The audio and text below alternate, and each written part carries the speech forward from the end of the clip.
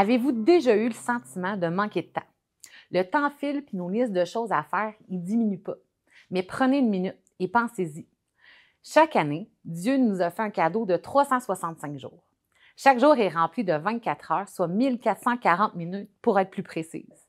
Dans sa grande sagesse, Dieu a jugé que cela suffirait pour que nous fassions tout ce qu'il nous demande de faire, y compris des moments pour prendre plaisir en lui et en ceux que nous aimons. La question n'est pas de savoir si nous avons assez de temps ou pas. Nous devrions plutôt nous demander, suis-je sage et intentionnel dans la façon dont je gère mon temps et mon énergie? Est-ce que je me disperse trop dans des choses qui ont moins d'impact et qui sont moins fructueuses? Le fait est que Dieu nous a accordé assez de temps pour faire tout ce qu'il nous demande de faire. Êtes-vous occupé à faire ce qu'il vous demande vraiment? Cette capsule vous équipera pour devenir un meilleur gestionnaire de votre temps et votre énergie en vous donnant des outils pour planifier de manière plus équilibrée. Pour commencer, il est primordial de planifier votre calendrier annuel de manière équilibrée. En premier, planifiez d'abord du temps pour votre famille et pour vous ressourcer. Le temps pour votre famille et pour vous ressourcer devrait avoir la première place et devrait être la première chose à inclure dans votre calendrier annuel. Marquez les dates qui sont importantes pour votre famille, comme les anniversaires, les vacances, les concerts des enfants, le temps avec la famille élargie. Si vous ne mettez pas ce temps à part pour ceux que vous aimez, vous finirez par négliger ceux qui comptent le plus pour vous. Planifiez bien en fonction de ce qui vous convient le mieux à vous et à votre famille. Bloquez les dates sur votre calendrier pour des retraites, des conférences, des séminaires, des cours, du temps à part pour vous approcher du Seigneur, pour jeûner. Ces temps à part pour vous permettront de vous recentrer pour être la personne que Dieu vous appelle à être afin que vous réussissiez et que vous fassiez bien tout ce qu'il vous appelle à faire. Telle doit être votre première priorité. Si vous ne mettez pas ce temps à part pour ceux que vous aimez, vous finirez par négliger ceux qui comptent le plus pour vous. En deuxième, mettez les dates importantes pour votre travail sur votre calendrier.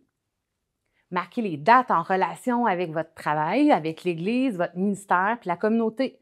Y a-t-il des périodes où votre travail est plus difficile à respecter parce qu'il y a beaucoup de délais, puis vous allez avoir moins de temps pour votre famille, mais inscrivez ces dates-là sur votre calendrier. Y a-t-il des événements d'église où vous devez être présent ou sur lesquels vous devez travailler?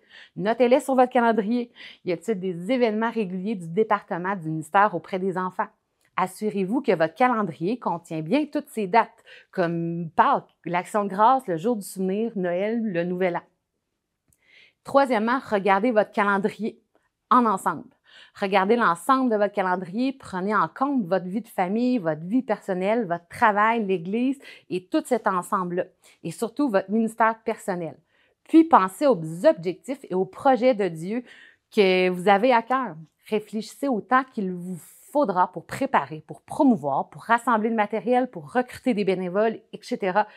Puis priez. Priez pour le meilleur timing de l'ensemble de ces buts, projets ou événements. N'oubliez pas que le but par cette réflexion globale autour du calendrier est de s'assurer votre longévité et que vous portiez du fruit dans le ministère tout au long de l'année et pour encore plusieurs années. Parfois, la chose la plus saine à faire est simplement d'attendre le bon timing. Dans cette partie de cet exercice, réalisez bien que le timing de Dieu est le meilleur. Priez pour tous ces éléments que vous incluez dans votre calendrier. Soyez sensible aussi à la direction de l'esprit pour savoir si vous devez aller de l'avant avec un projet ou peut-être attendre ou même y renoncer entièrement. Après avoir bien établi votre calendrier, il est important de savoir déléguer avec sagesse. Alors que vous déterminez les étapes de votre calendrier puis de vos projets, répondez honnêtement à ces 4 questions afin que vous puissiez catégoriser vos actions précises d'une façon à vous aider à parvenir à la réussite. Qu'aimez-vous faire? Pensez aux choses qui vous stimulent, qui stimulent votre vie puis votre ministère. Prévoyez de pratiquer certaines des choses qui vous passionnent. Dans quel domaine vous n'êtes pas bon? Aucun d'entre nous qui peut dire qu'on peut tout bien faire. Plus vous comprenez ça tôt, mieux vous et les autres s'en porteront. Reconnaissez vos limites, planifiez en conséquence. Qu'avez-vous pas le choix de faire? Il y a des choses dont vous devez vous charger, que cela vous plaise ou non. Vous ne pouvez pas esquiver. Souvenez-vous que pour être crédible aux yeux de votre équipe et du leadership de l'Église, vous devez assumer les responsabilités qui viennent avec le leadership du ministère. Et que voulez-vous déléguer? Qui aimerait ce ministère? Il n'y a pas de place dans le royaume de Dieu pour ceux qui sont obsédés par le contrôle. Il vous faut lâcher certaines choses et les déléguer avec sagesse. Résister à la tendance à vous contenter de distribuer les tâches aux gens de manière irréfléchie.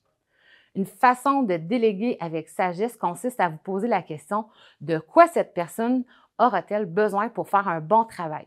Voyez-vous la différence entre refiler une tâche à quelqu'un et la lui déléguer réside dans le fait de lui accorder l'autorité nécessaire.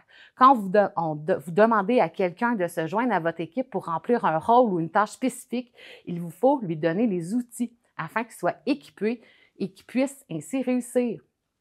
Pour terminer, il est vraiment important de prendre du recul et de se poser quelques questions. Regardez votre calendrier. Est-ce qu'il est équilibré? Avez-vous inclus des vacances, du temps en famille puis du repos? Consacrez-vous suffisamment de temps à ces aspects importants? Sinon, pourquoi pas? Avez-vous commencé à bloquer du temps et à planifier les choses importantes sur le calendrier de l'année prochaine? Si vous ne l'avez pas fait, c'est le moment ou jamais. Réfléchissez à votre ministère. Qu'est-ce qui vous passionne? Qu'est-ce que vous aimez faire? C'est quoi les choses que vous avez le sentiment que quelqu'un d'autre pourrait se charger et peut-être même mieux que vous? Y a-t-il des choses qui vous tardent de ne pas devoir accomplir? Dans votre ministère et dans votre vie personnelle, un manque de clarté devient une source de confusion.